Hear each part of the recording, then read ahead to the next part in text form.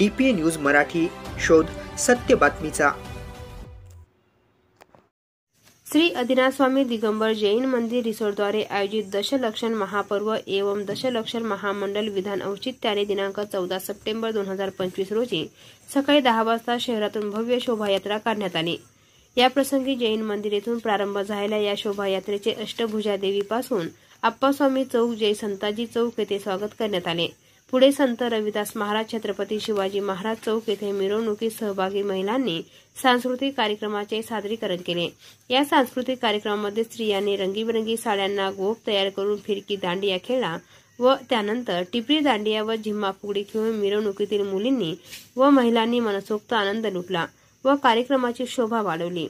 या कार्यक्रमाचे आयोजन सकल दिगंबर जैन उत्सव समितीने केले होते।